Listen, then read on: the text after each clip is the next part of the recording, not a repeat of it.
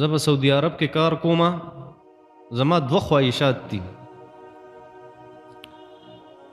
ما سره دومره پیسې دي چې یو کار پې کولی شم په دوو خواهشاتو. یا به زه ځان له واده کومه، دا مې خواهش دی، او یا به زه په خپله مور باندې عمره کومه، دا مې هم خواهش دی. نو اوس کمې له ترجیح ورکم؟ نو مسلمانه خدای دې داسې اریان کړه لکه زه چې دې اریان کړم. دا دواړه قیسې ډېرې خطرناکې دي، خو د والدینو حق هغه مقدمي په تمامو څیزونو باندې ښه.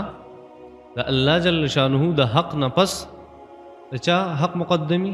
د والدینو. وقضى ربك الا تعبدوا الا اياه وبالوالدین احسانا. الله جل شانه فیصله کړي چې د الله نه ما سوا به د بل چا عبادت نه کوي. وبالوالدین احسانا، هغې نه پس فوراً الله جل شانه د والدینو حق ذکر کوي.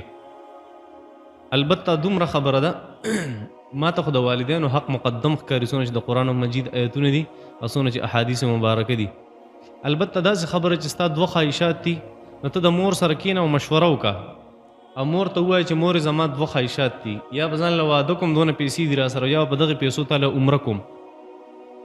نو بیا به مور تاله دا مشوره درکړي چې هغه په څه خوشحالېږي، او زما په خیال هغه به په دې خوشحالېږي ستا واده دې وشي، خیر دې زما عمره دې لیټ شي. والدین داسې ښه صحیح ده.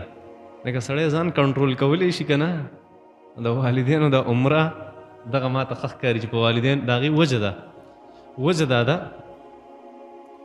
یو خو انسان دی د هغه حالات داسې دي چې هغه واده کول دله اوس فرض دي، دی د کنټرول نه بار دی، آوټ آف کنټرول دی، نو هغه له خو بیا واده کول پکار دی. اوس که نارمل حالات دي نو پکار دی چې والدین ته ولېږي، د هغې فایده به دای چې دا والدین به تا ته دعا وکړي، تاله به الله نور مال و دولت درکړي. نو پکار دی چې والدینو له ترجیح ورکړي ښه. نور هغې سره مشوره وکړه، دغه به ښي. یو زنانه سوال کړی دی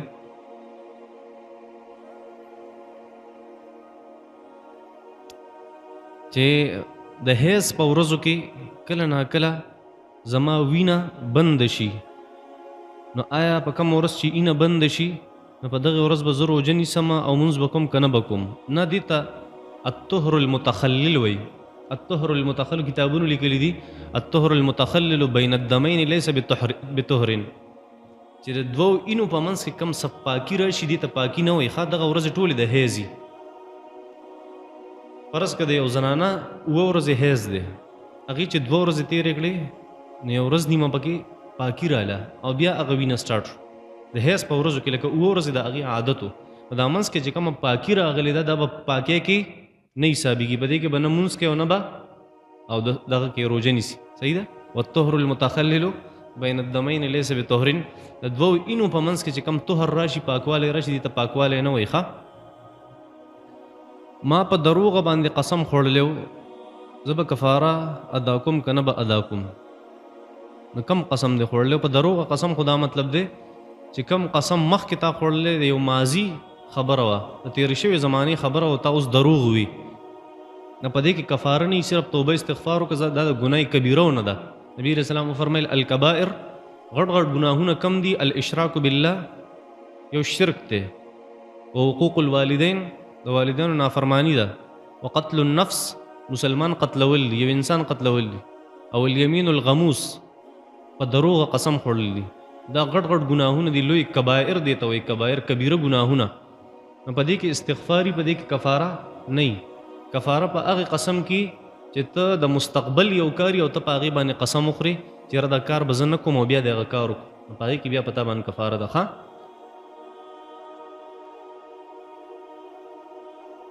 په امام پسې چې شاته ولاړ یو نو کم کم څیزونه به مونږ وایو په خوله باندې، او کم کم څیزونو کې به خاموشي اختیارو. امام صاحب چې کله قرآن وایي ته به خاموشه ولاړې، امام صاحب چې کله قرآن وایي ته به خاموشه ودرېږي. قرآن څه شی دی؟ الحمد ده، او د هغې سره صورت دی چې دا کله امام صاحب وایي نو ته به خاموش یې. نبی کریم صلی الله علیه وسلم فرمای، د یو حدیث کې به دا خبره راځي شي انشاءالله. نبی کریم صلی الله علیه وسلم فرمای چې انما جعل الامام لیؤتم به، امام د دې لپاره چې د هغه به ته تابعداري کې. نو فاذا کبر فکبروا، کله چې هغه تکبیر وایي الله اکبر وایي تاسو به هم الله اکبر وایي. واذا قرأ فانصتوا، کله چې هغه قرائت وایي د قرآن تلاوت کې تاسو بیا خاموش اوسئ. واذا قال ولا الضالين کله چې امام ولا الضالين وي فقولوا آمين نو خلق بسوي آمين بوي والامام يقولها امام مو سره آمين وي او اذا قال سمع الله لمن حمده کله چې امام وي چې سمع الله لمن حمده فقولوا ربنا لك الحمد تاسو سوای ربنا لك الحمد. بس دغه سيزونه دي چې د امام سره په دغه انداز کې ویل شي ښا. نو ټول سيزونه به وي قراءت او د ولضالین په وخت کې آمین قراءت د امام سره نه قرآن به سره نه وي. دویم تکبیرات په سره ټول وي سبحانك اللهم سبحان ربي الاعلى الله اکبر دا ټول سيزونه به سره وي. چې کله ولضالین وي تبه آمین وي چې سمع الله لمن حمده تبه ربنا لك الحمد دا ښا.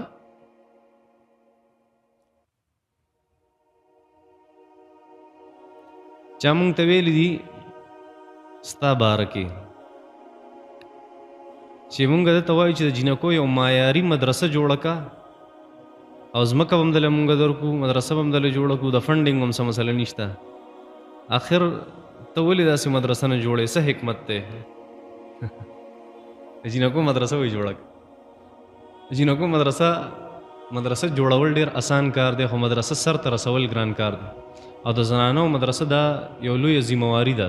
هغه زه نشم کولی صفا خبره ده یو کار زه نشم کولی نو ولې هغې ته وردانګم ښه. لا یکلف الله نفسا الا وسعها چې څونه مکلف یم هغې عمره کولی شم سیوا نشم کولی هغه زه نشم کولی. بس ان العز انما يتحقق بسنن العباد. عاجزي دې ته وایي چې انسان وایي چې زه دا نشم کولی بس هغه عاجزه شو د هغې نه په هغې قدرت نشته. دا مولي صاحب ورته ووایه چې یاره مدرسه ته جوړه کړه زه به سره پکې صرف استاد شم. ټیک ته زه د الله د رضا دپاره یو کتاب پکې ویلی شم ښه تنخوا به نه علم.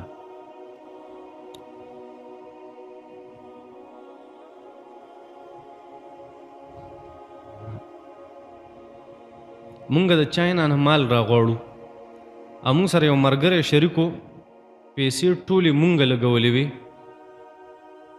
خو هغه بیا وروسته مونږ ځان سره په 50% کې شریک کو نو نیم کاروبار د هغه و نیم زمونږ و. کله چې به مونږ چاینا ته لاړو د هغه ځای نه به مال راغوښتو نو چې مال به م راوړو نیم به د هغه و نیم به زمونږ و او دغه شان پر ورولۍ زمونږ د کاروبار چلېدو. خو تیر ښه خو دا خبره م کړې وه چې نقصان او ګټه به یو شان نیمه وي. بیا تیر کال چې مونږ سامان راغوښتو نو هغه په لاره کې ضایع شو نو اوس مونږ د هغه نیم تاوان اغستی شو او که نه د خپل شریک نه. دا خو مخکې نه طی شوې وه دا خبره تاسو شریک یې په 50-50 کې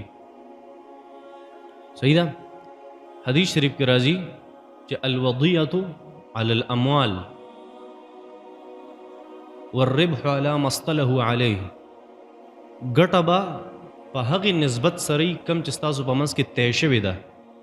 تاسو ویلو چې 50% ګټه بستی 50 زما بس دا طی شوه خبره یوه خبره. دویمه خبره حدیث شریف کې راځي چې الوضیعة على الاموال کم چې تاوان راځي په انسان باندې نو تاوان به د مال په نسبت سره د مال چې کومه ریشي نو اوس 50% ستا 50% د هغه نو تاوان به صحیح هغه هم 50-50 نو چې ستا کم تاوان شوی دی د دغې مال نو 50% په هغه ستا دپاره صحیح هغې ذمواري ځکه مخکې نه دا خبره طی شوې ده 50% به د هغه نه والي او د هغې استعمال ستا دپاره درست دی ښه څه نقصان پکې نشته. د خلکو د شرونو نه تنګ راغلی یما څه دعا راته وښایې شکریه. قل اعوذ برب الناس ملک الناس اله الناس من شر الوسواس الخناس اقول اعوذ برب الفلق واقول اعوذ برب الناس. دا بهترین چیز دی او حدیث شریف کې راځي چې یاره د شرور نه د خلکو د شرونو نه د بچ کېدو دپاره دا دعا وایه اللهم انا نجعلک فی نحورهم ونعوذ بک من شرورهم.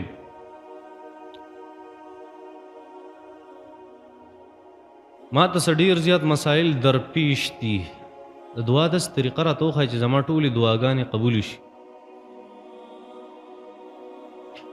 ګوره دا دنیا د دې کې خلکو د مسایلي ټولې مسلې خو د انسان نه حل کېږي ټول خواهشات نه پوره کېږي. هزارو خواهشیں ایسی کہ ہر خواہش پہ دم نکلے، بہت نکلے میرے ارماں لیکن پھر بھی کم نکلے.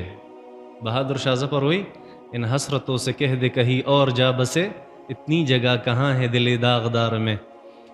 دا خو راځي مشکلات د دنیا د قسم قسم مشکلات راځي، البته دعا د قبولیت خبره ده. نو بهترین خبره دعا د قبولیت او د عبادت د قبولیت هغه دا ده چې یا ایها الرسل کلوا من الطیبات واعملوا صالحا. خېټې ته پاک څیزونه ورچوه، د هغې نه پس چې ته کوم اعمال کې نه د هغې به ډېر ښه اثر یې ښه او نتیجه به هم ډېره ښه. حرام نه استعمالول، یوه دعا کول او په هغې آدابو سره کوم چې احادیثو مبارکو کې راغلي دي، کوم چې الله جل شانو قرآن کې ذکر کړي دي. قرآن مجید کې چې کوم د دعا اصولو هغه د تمام مخکې ویلي وو، په دې آیت مبارکه باندې ان فی خلق السماوات والارض واختلاف الليل والنهار لآيات لأولي الألباب الذين يذكرون الله قياما وقعودا وعلى جنوبهم ويتفكرون في خلق السماوات والأرض ربنا ما خلقت هذا باطلا. ودي آیت مبارکه ته ما ښه تفصیل کړی ولته یو چې د هغې اصول مطابق. درېیمه خبره چې په غفلت سره نه دعا هغې داسې ګوره اصل کې دا مشکلات ولې راځي؟ مشکلات یا د الله د طرف نه عذاب یا د الله جل شانو د طرف نه امتحان. که یو نیک سړی په هغه امتحان راځي، که یو بد سړی په هغه عذاب راځي. او هغه دواړو تذکره الله جل شانو قرآن مجید کې د هغې تذکره کړې ده. ما اصاب من مصیبت فبما کسبت ایدیکم. دا تاسو ته چې کوم تکلیف رسي دا ستاسو د لاسو اعمال دي ته عذاب وایي. او بل ځای کې الله فرمایي ما اصابکم من مصیبت الا باذن الله. دا تاسو ته چې کوم تکلیف در رسي د الله حکم دی. ومن یؤمن بالله یهد قلبه. په دغه وخت کې چا الله ته توجه کړه الله فرمایي زه به ورته لارې اسانې کړم. نو تکلیف به راځي، ځکه چې څونه ایمان مضبوطېږي دونه تکلیف سیوا راځي. الف لام میم حسب الناس ان یترکوا ان یقولوا آمنا وهم لا یفتنون. ایمان به دې راوړي او ته به تکلیف کې نشي، داسې نشي کېدی. چې ایمان مضبوطي اشد الناس بلاء الانبیاء ثم الامثل فالامثل. خانه یو بل هغه چې دعا د قبولیت خبره ده، چې دعا درېیمه خبره چې انسان به غافل نه په خپل دعا کې. ابو داود کی روایت ته حضرت سلمان فارسی رضی الله تعالی عنہ فرمای چې نبی رسول الله والسلام فرمای چې الله جل شانو وایي چې زه د غافل زړه دعا نه قبلوم. چې کوم سړی ناز دلته ما وبخي زما مور پلار وبخي نیسه کې مترور دا غو بخي مسلمان دا غتار ټکړی دی ما وبخي مور پلار وبخي استادانو پرټو باندې الله جل شانو دا سيزونه نه قبلې. دا غفلت ته غفلت نه بیا ډیر سر ټیټول ته دا د چلونو تم ضرورت پکې نشته. بس الله جل شانو بیا ستا زړه ته ګوري چې څومره متوجه دی الله جل شانو ته. بل یو خبره از مولانا خلیل احمد سهارنپوری رحمت الله علیه په شرح ابو داود کې په بدل المجهود کې په هغې کې دعا سه آداب ښودلي دي. وایي چې الدعاء على اربعه انحاء. دعا څلور قسمه دي: دعاء رغبة ورهبة وتضرع وابتهال.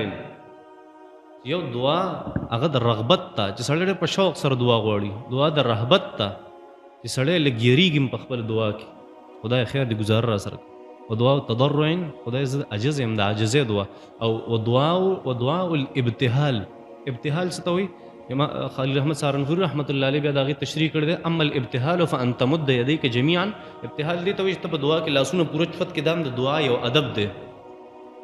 ځکه نبی علیه صلات وسلام بارک راځي چې استسقا کې دعا کوله. بخاري شریف کې روایت دی نبی علیه السلام لاس چت کړه، نبی علیه صلات وسلام د ترخ سپینوالی صحابه یې مونږ ولیدو. صحیح ده. نو دا څه آداب دي د دعا دپاره. بله یوه خبره د دعا د قبولیت دپاره چې کله انسان د اسماء حسنا ووایي، د الله دا نومونه نه دي قرآن په دې سټارټ کې چې دي، دا انسان کله ووایي او دې نه پس دعا وکړي، دا یو مجربه نسخه ده د دعا د قبلېدو. ښه زه په یورپ کې په یو کور کې کار کوم، سپی هغې ساتلی نو هغه کله ناکله راشي، زه په مانځه ولاړ یم، زما د کپړو سره ټچ شي، په دې سره زما کپړې بې لمانځه کېږي او مونځ کېږي که نه کېږي. ګوره وچ سپی که د انسان سره ټچ شي وچه، صحیح ده، د هغه کپړې نه بې لمانځه کوي. صحیح ده. وچ که هغه خوله در واچول او کپړې د لمدې کړې نو کپړې څه شوې؟ بې لمانځه شوې، نو کپړې هم بې لمانځه شوې، بیا مونځ نه کېږي دغې سره. زه د ملک نه بهر کار کوم، یعنې په بهر ملک یم. زما دوه لوریانې دي، یوه وړه د هغه له پسم نه پوهېږي، یوه دومره ده چې ما ته وایي بابا زما دا پکار دی، ماله دا راوړه. زه هغه مشر لور له دا څیز راوړم او هغه کشر له نه راوړمه نو الله خو به ما په دې نه نیسي نه په دې تاولې نیسي مسلمانه چې کومه د کمې مناسب د خلک هغې له هغه څیزونه راوړي دې کې څه دغه خبره نشته ښه د مساواتو چې یاره تا مساوات نه دي کړي الله به تا په دې باندې نیسي تا ته چې کمې لور دپاره کم څیز مناسب ښکاري هغه وله راوړه بس قصه ختم هغه چې کله ته حق تلفي کې د یو بچي هغه عیسه رالی هغه هم هغه بل له ورکې او یا خپل یو زوی له ګفټ ورکې او هغه بل داسې پاتې کې هغه ورته بیا کړېږي پسخېږي ته اوس وایې چې دا یو لور مې سره پوهېږي نه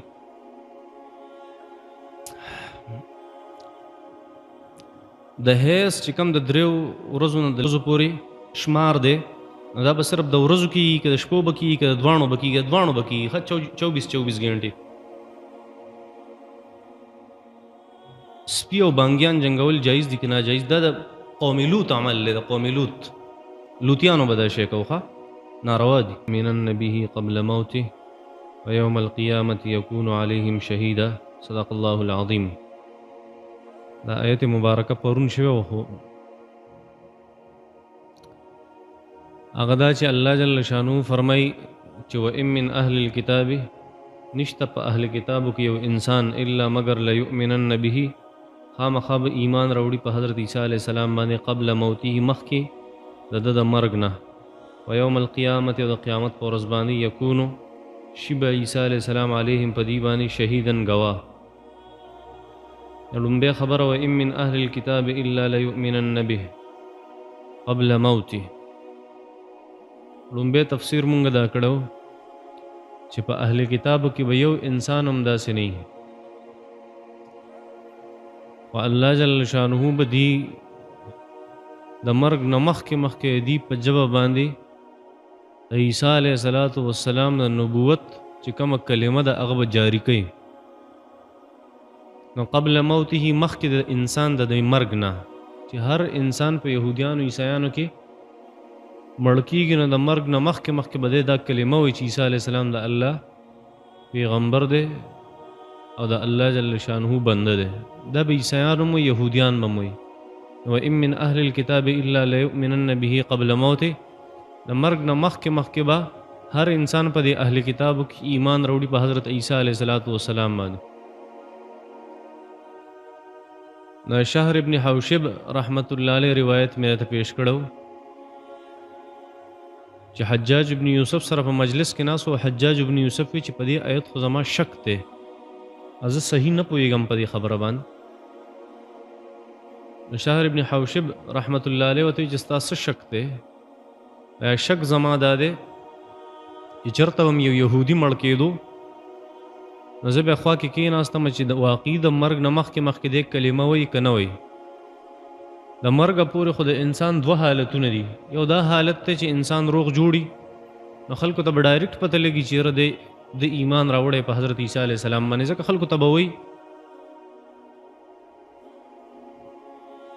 او دویم حالت د مرګه پورې د دقه د زنکدن دا وخت دی نو په ژوند کې خو هغه کلمه نه ویلې په حضرت عیسی علیه السلام ایمان نه راوړی یو یهودي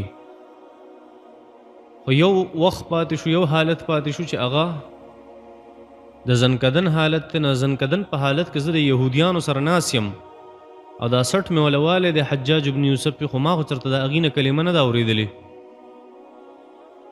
شهر ابن حوشب رحمت الله علیه ورته وفرمایل چې نه داسې نه اصل کې دا انسان چې کوم یهودي دی یا عیسائی دی په دې کې چې هر یو مري نو یهودیان خو کفار دي ځکه یهودیان خو بالکل د عیسی علیه السلام د نبوت نه انکار کوي چې نه منو کم عیسی علیه السلام چې پیغمبر دی زمونږ په ایمان دی نو یهودیان د هغې نه انکار کوي او مخکې تیر شو وبکفرهم وقولهم علی مریم بهتانا عظیمه چې دی د عیسی علیه السلام نه یا د الله جل شانه د قدرتونو نه انکار کو کافر دي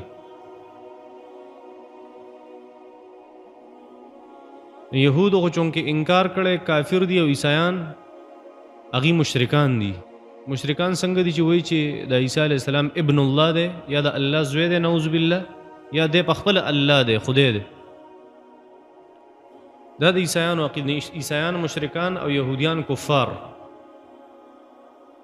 نو کله چې د دې مرګ رانږدې شي نو ضربت الملائکة وجهه ودبره، فرشتي د دم مخم په سپېړو وي او د لاندې نیم په سپېړو وي، گزارونه ورکوي او ورته وایي یو یهودي ته چې هغه کله مري چې قد اتاک عیسی نبیا فکذبت به، عیسی علیه السلام تا ته پیغمبر راوړی او تا ته انکار کړو.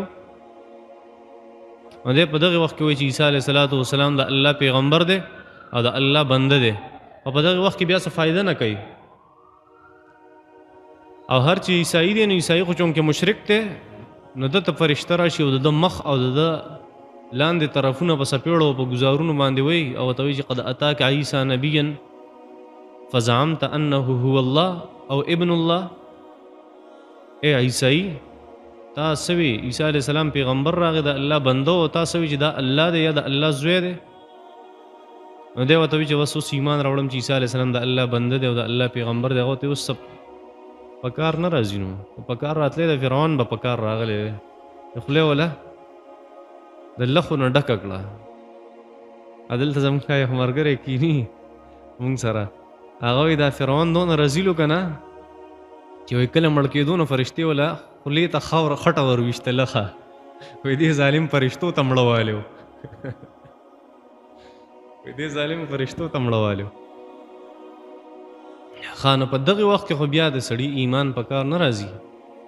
الله جل شانه حدیث شریف کې راځي د انسان توبه قبلې تر څو پورې چې ما لم یغرغر، تر څو پورې چې دا سات ججوري ته نه را رسېدلي، چې سات ججوري ته راورسېد بیا قصه ختمه شوه.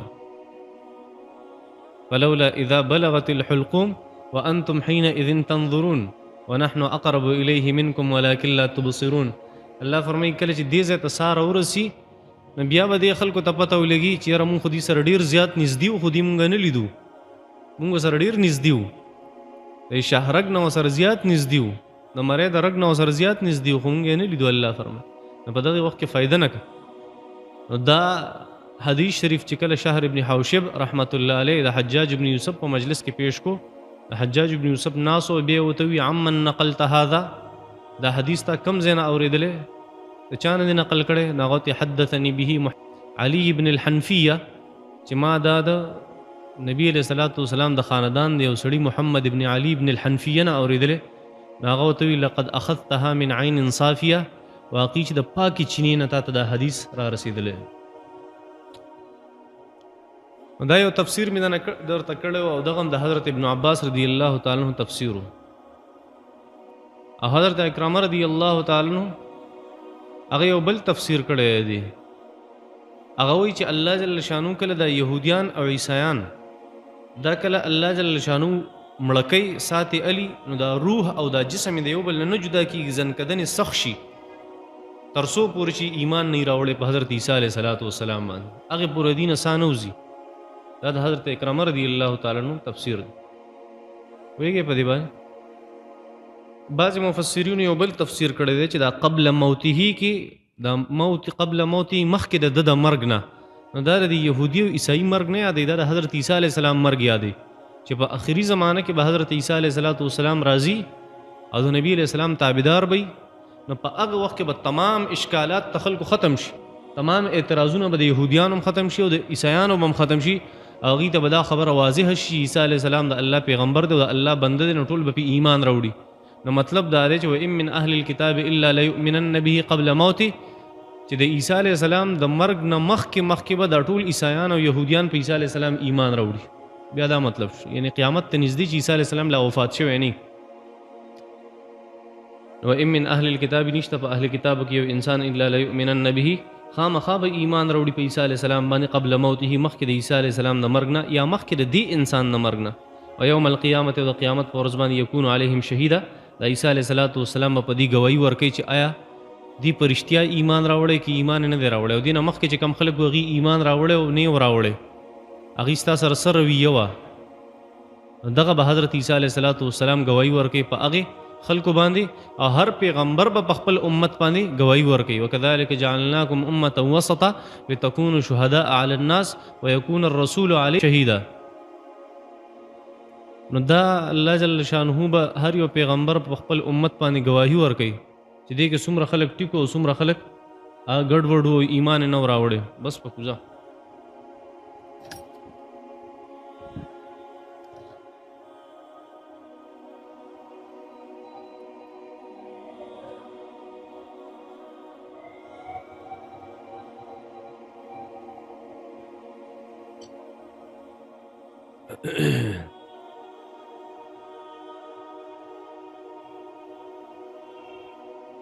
مونږ د خلکو نه دوه قسمه خبرې اورېدلي د صلات الاوابین باره کې.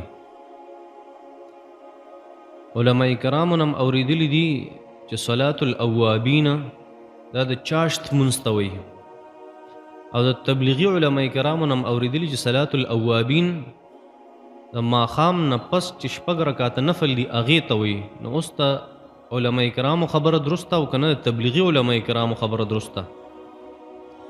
دا دواړه په احادیثو مبارکو کې راغلي چې شپږ رکعاته د ماښام د مونځ نه پس نفل کول، او په دې کې فضول ګویي خبرې نه کول، ګډې وډې خبرې نه کول. د دې په منځ کې د دې باره کې روایات شته، احادیث شته چې دغې ته صلات الاوابین وایي. او په احادیثو مبارکو کې چې د چاشت کم مونځ دی هغې ته نبي علیه السلام صلات الاوابین ویلی دی. نو دغه دواړه روایت شته چې د ماښام مونځ نه پس چې کم نفل دي هغې ته صلات الاوابین، او د چاشت چې کم مونځ دی هغې ته هم صلات الاوابین ویلی شوي په احادیثو مبارکو کې. البته هغه احادیث مبارکه ډیر زیات مضبوط دي کم چې د چاشت باره کې راغلي چې د صلات الاوابین وایي.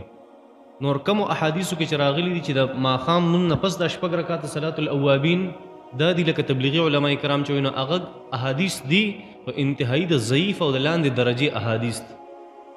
نو صحیح خبر دقه ده، صلات الاوابین دواړو ته ویلی شي، خو صحیح احادیث چې په کومه موجود دي هغه په دې باندې موجود دي چې د چاشت تا کم مونځ دی دا صلات الاوابین دي. ښه،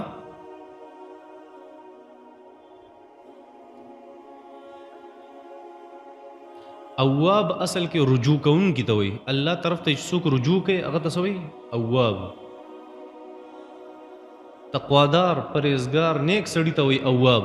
نو صلات الاوابین دا مطلب دی نیکانو خلکو مونځ. نو هغه چاشت هم دی، هغه دغه شپږ رکعات هم دي، نفل کول پکار دي. جی دغه په احادیثو مبارکو کې راغلي دي. نور که سړی د شپږو رکعاتو نه سیوا کوي نو د ماښام او د ماخوستن په منځ کې دا کم ګیپ چې دی په دې کې زیات نه زیات نفل کول پکار دي. هېڅ نقصان پکې نشته. ښه، کولی شي.